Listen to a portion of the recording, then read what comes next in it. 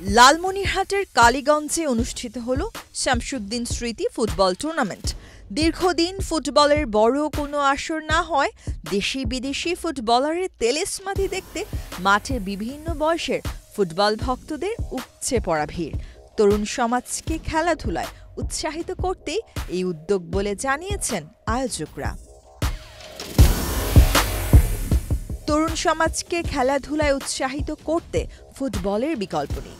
রবিবার বিকেলে লালমনিরহাটের কালীগঞ্জের শামসুদ্দিন ও করিমউদ্দিন ডিগ্রি কলেজ মাঠে শামসুদ্দিন স্মৃতি টুর্নামেন্টের আয়োজন করে শামসুদ্দিন স্মৃতি ফাউন্ডেশন।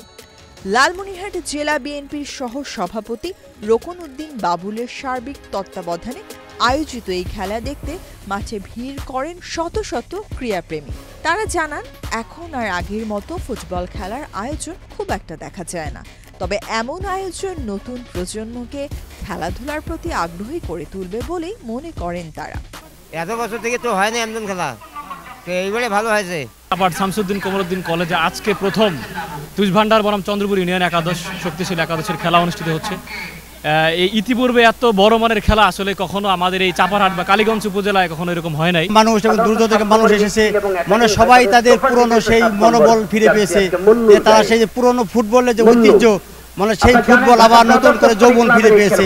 খেলাধুলার মাধ্যমে তো শরীরে অনেক উপকারী হয়, প্লাস এখানে খেলাধুলা করলে আমাদের যে বর্তমান যুগ মাদকাসক্তির আসক্ত, এক্ষেত্রে কিন্তু এই আমাদের মতো বয়সীরাই হচ্ছে মাদকাসক্তিতে বেশি আসক্ত। আয়োজকরা জানিয়েছেন, আগামীতে নিয়মিতভাবে এমন টুর্নামেন্ট আয়োজন করা হবে। তারা আশা প্রকাশ করেন এই উদ্যোগ ফুটবলের হারানো ঐতিহ্য ফিরিয়ে আনবে। যুব সমাজ মানে মাদকের আসক্ত হয়ে তারা মাঠ থেকে সরে গিয়েছে, এবং বিশেষ করে আপনার এই যে মোবাইল, আমরা আপনার এই মোবাইলের অপব্যবহারের কারণেও যুব সমাজ খুব ক্ষতিগ্রস্ত হচ্ছে। এই জন্য আমি চাই যে তাদেরকে আপনার মাঠে না ফিরে না নিয়ে আসলে তাদেরকে এখান থেকে মুক্ত করা আপনার সম্ভব নয়। মাদক আর প্রযুক্তির ছোঁয়ায় খেলাধুলার তরুণ সমাজে যে অবক্ষয় হয়েছে সেটা ফিরিয়ে আনতেই খেলাধুলার বিকল্প নেই, এমন দাবি সকলের।